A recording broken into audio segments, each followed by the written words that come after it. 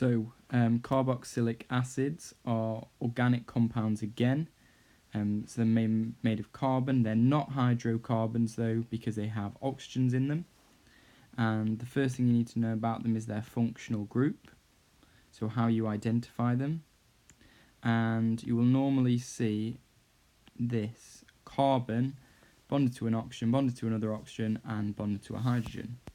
And actually it looks a bit like this if you draw it out. So it's equivalent to the carbon atom having a double covalent bond to one oxygen, a single covalent bond to the other, and then the hydrogen bonded to the oxygen, just like in alcohols. You may also see it like this, like that. So it's just not showing the bond between the oxygen and the hydrogen, but they're all the same. That's the functional group. So if you spot this, you know you're looking at a carboxylic acid. Now the first carboxylic acid is called methanoic acid, and it's got one carbon, so it just looks like this. And the 4 bonds around the carbon, so that's methanoic acid. The second is called ethanoic acid, and this time you've got 2 carbons. Again, you've got the same functional group, and each carbon has its 4 bonds. And the last one I'm going to show you here is propanoic acid, and again you've got 3 carbons with your functional group to identify it, and hydrogens around the rest of the carbons where necessary. So the functional group area are these areas here. So they're the functional group of the carboxylic acid. All the bonds in these molecules are covalent because they're all non-metals involved. So next we're going to look at the properties of carboxylic acids. And well, the first property, well, the clue's in the name. They're called carboxylic acids, so methanoic acid, ethanoic acid and propanoic acid. So they all dissolve in water, and when they dissolve into water they form acidic solutions. Now what we need to know on top of this is how these acids are different to an acid such as hydrochloric acid or sulfuric acid. So they're very different acids to these acids here. And ethanoic acid actually is vinegar. And the reason these acids are different is because these acids only partially dissociate. And I'll explain what that means. Only partially dissociate in water. So let's explain what this means using the example of ethanoic acid.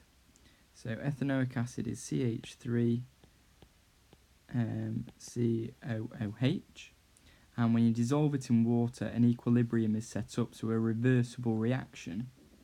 So we've got our double-headed arrow, and the equilibrium will form some H+ ions and will form the rest of the structure.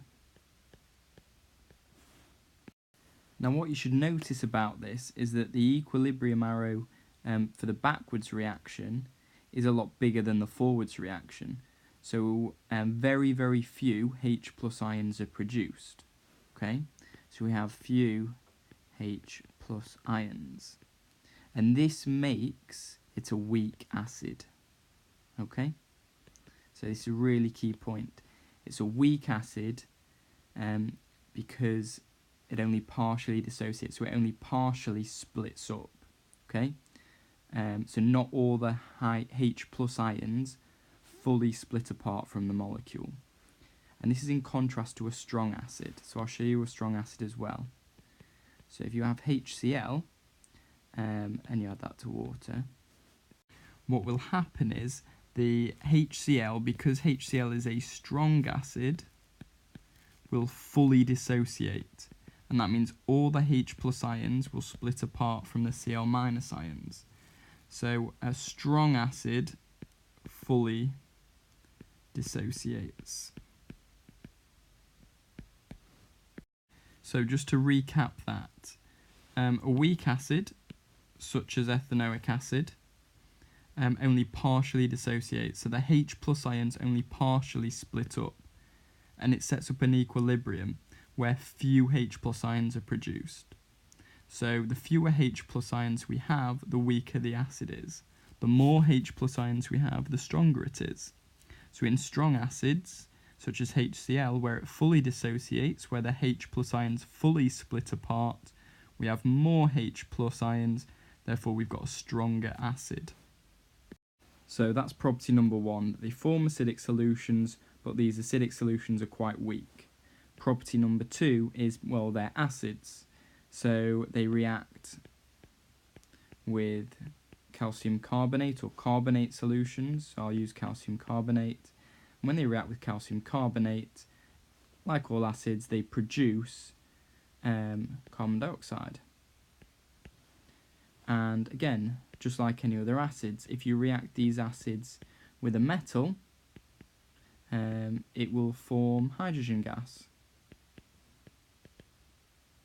So if you're not sure on how your acids react, go back to that please and have a look that acids and metal forms hydrogen gas, and acid plus carbonate forms carbon dioxide.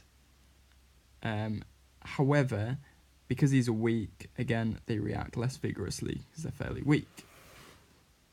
Let's just flesh out what we mean by a weak acid. Well, on the pH scale, we're talking probably between 2 and 6. So 7's neutral, so we've got below 7. That's fairly high. A strong acid would be talking kind of pH 1. And if you use universal indicator, you would probably get it to be orange or yellow. Whereas pH 1 would be red. So there's the difference between weak and strong acids. And the main thing to remember though with this is you've got the functional group, you've got your properties, and the idea that it only partially dissociates, so only partially breaks up into H plus ions. Thanks.